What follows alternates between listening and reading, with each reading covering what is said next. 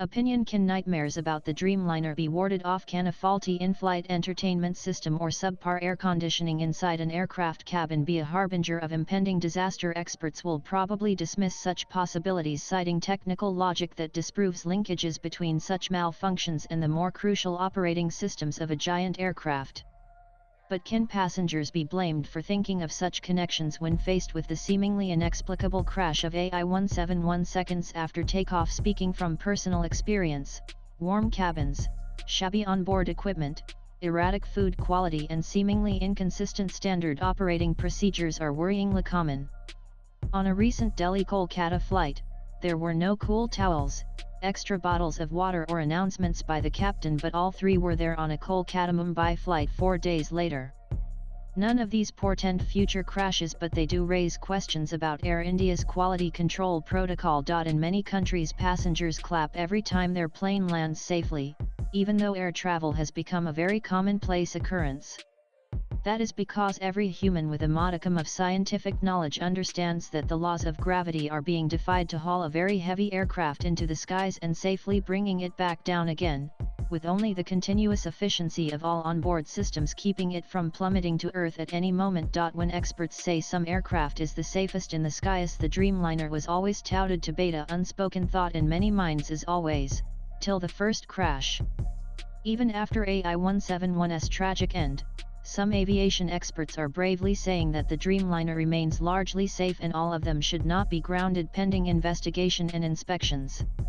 The commercial ramifications of such a diktat at peak holiday travel season is very obvious. Aviation websites are replete with inexplicable statistics such as from 2xxx to 2xxx.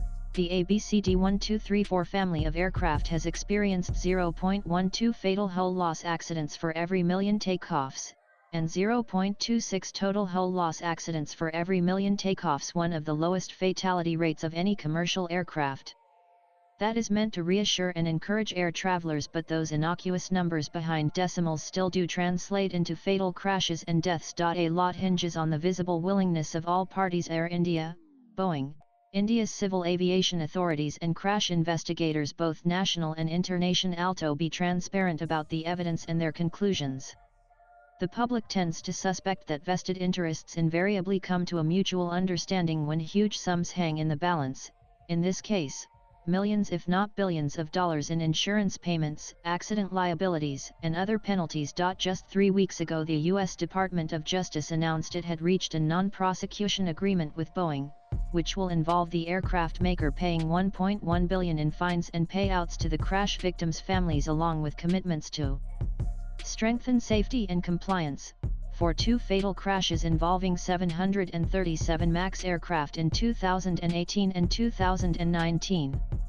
This ended a 6-year-long investigation and continuous pressure from the victims' families and legal pressure. But it cannot be forgotten that investigation revealed that Boeing's engineers and test pilots knew about the shortcomings of the new Maneuvering Characteristics Augmentation System (MCAS) software, which was supposed to prevent the plane from stalling by automatically pushing its nose down if it detected a high angle of attack. But that information was not shared with the U.S. Federal Aviation Authority, the airlines that bought the planes, or pilots. Even in the case of the Dreamliner, now the views of a whistleblower are being resurrected, although he had pointed to manufacturing rather than engineering or structural issues.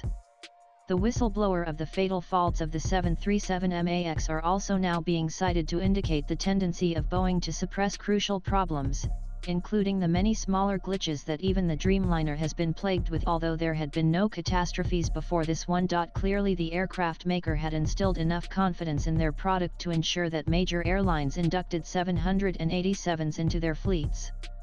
In fact, US, Japan and China together account for 40 of all Dreamliners. India is way down in 9th position. And barely 24 hours after the AI-171 crash, aviation experts have been robustly reiterating that 787s have undertaken over 5 million takeoffs and landings without fatal accidents, pointing to its solid reliability. But it cannot be denied that millions of Indians have watched a Dreamliner take off and then, horrifically, almost in excruciating slow motion, descend into a group of buildings and end in a fireball. What went through the minds of the pilots of the Indigo flight lined up next to the runway preparing for its own takeoff? Although flights have resumed at Ahmedabad Airport, there will be a lot of jittery travelers for the next few weeks at least. What will allay fears? It's a tricky call. According to experts, over 70 of accidents have been found to be due to pilot error. That is somewhat convenient as it implies that planes are inherently safe but can become unsafe due to human frailties.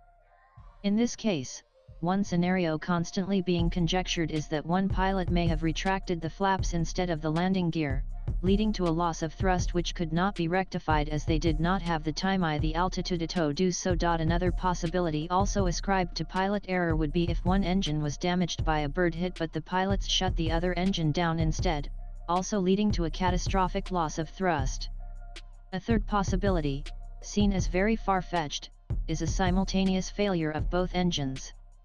Now that the flight data recorder has been recovered, what really happened will be known soon, but the Dreamliner's reputation for safety appears to be an industry shibboleth now. What is conspicuously absent from most assessments, however, is the incident of January 23 this year when a United Flight UA 613 to Washington, D.C. with 245 passengers, 8 cabin crew and 3 pilots had a mid-flight emergency described as pressure loss that forced the Dreamliner to return to Lagos.